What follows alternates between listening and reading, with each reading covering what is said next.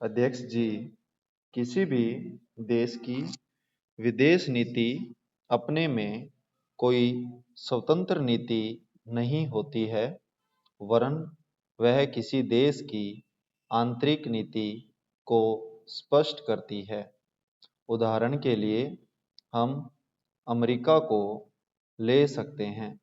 उसने अपने यहाँ अधिक अन्न पैदा किया और जब उसके पास अनाज फालतू बच गया, तब वह अपने बकाया अनाज की बिक्री के लिए ऐसे देशों की तलाश करने लगा जो उधार पर माल ले सकते हों। किंतु हमारी आंतरिक नीति ने यह तय किया कि खर्चीले ढंग से सरकार चलाएंगे और स्वदेशी मुद्रा की कोई राशि हमारे पास नहीं बचेगी। हमने कर भी लगा दिए और मुद्रा प्रसार भी कर दिया। कुछ संकट पड़ने के बाद इस बात की आवश्यकता को नहीं समझा कि उस पैसे का कहीं अन्यत्र उपयोग कर सकें। श्रीमान, मुझे माननीय प्रधानमंत्री जी के इस कथन पर दुख होता है कि दुनिया के अमीर और गरीब देशों का अंतर लगातार बढ़ता जा रहा है। मैं उनसे यह पूछना चाहती हूँ कि भारत की विदेश नीति ने उस अंतर को घटाने की क्या कोशिश की है? क्या भारत सरकार ने कभी दुनिया की पंचायत में यह कहने की हिम्मत की है कि बालिग मताधिकार के आधार पर यूएनओ का चुनाव होकर एक संसद बनाई जाए? और क्या आप में यह देखने की हिम्मत है कि फौज के हिसाब से कर लगाकर एक विकास का खाता खोल दिया जाए? जो देश विकसित हैं, उनके मजदूरों का 1 घंटा हमारे देश के मजदूरों के 100 घंटों के बराबर माना जाता है, क्योंकि उनके पास साधन हैं।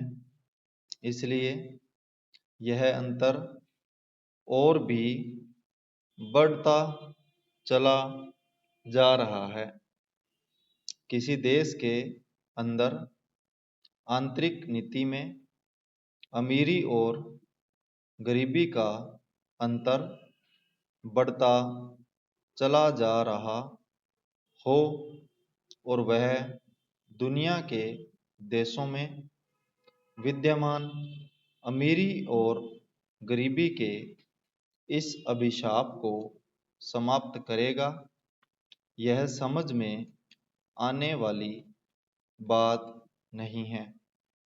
अब मैं आपका ध्यान एक और बात की ओर दिलाना चाहती हूँ।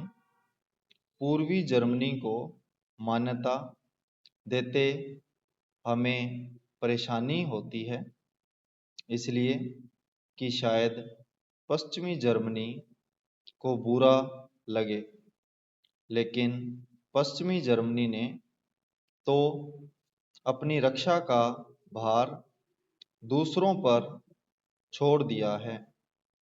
उसने अपनी पूरी शक्ति इस बात पर लगा दी है कि अधिक से अधिक उत्पादन किया जाए। आपने जो समय दिया उसके लिए मैं आभार प्रदर्शन करता हूँ और आपका धन्यवाद करता हूँ। अध्यक्ष जी, जिस समय पाकिस्तान ने भारत पर हमला किया था, उस समय उन्होंने देश की रक्षा के लिए महत्वपूर्ण कार्य किया था। इसके साथ ही मैं मंत्री महोदय को यह भी स्मरण दिलाना चाहता हूँ कि शायद उन्होंने इस पर ध्यान नहीं दिया कि इस बार जो राष्ट्रीय पुरस्कार मिले हैं, उनमें रेलवे प्रशासन को केवल 2 ही प्राप्त हुए हैं, जबकि मैं ऐसा मानता हूँ कि हमारी सेना के बाद अगर किसी ने युद्ध काल में सराहनीय कार्य किया है तो वह रेलवे प्रशासन अथवा रेलवे कर्मचारी और अधिकारी हैं। इसलिए उनके मनोबल को बनाए रखने के लिए और उनको प्रोत्साहित करने के लिए रेल मंत्री को इस बात पर भी ध्यान रखना चाहिए और इसका प्रयास करना चाहिए कि जो भी इस तरह के प्रोत्साहन मिलें, उनमें रेलवे का विशेष ध्यान रखा जाए।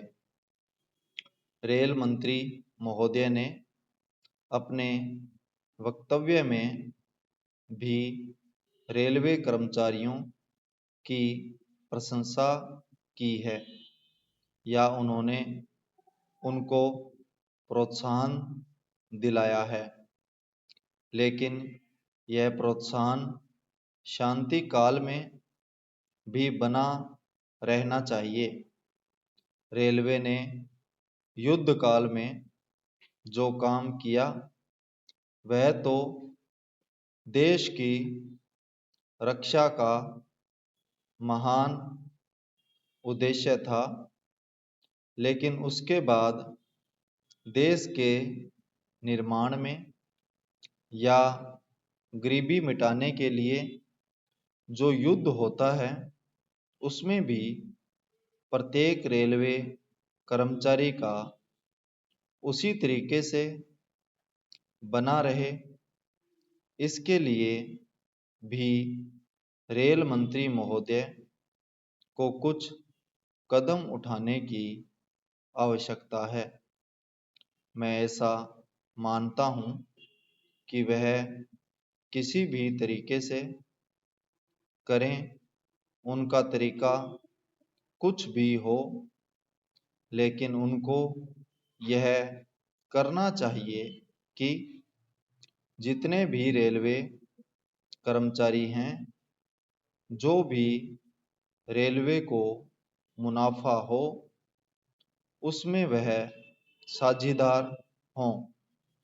चाहे आप उनको बोनस के रूप में कुछ दें, चाहे किसी और तरीके से दें, लेकिन हर वर्ग के रेलवे कर्मचारी को मालूम होना चाहिए कि यदि वह देश के निर्माण के संबंध में ठीक तरह से काम करेगा तो उसको पुरस्कार के रूप में या वेतन के अंश के रूप में अपने वेतन के अलावा पैसा मिलेगा।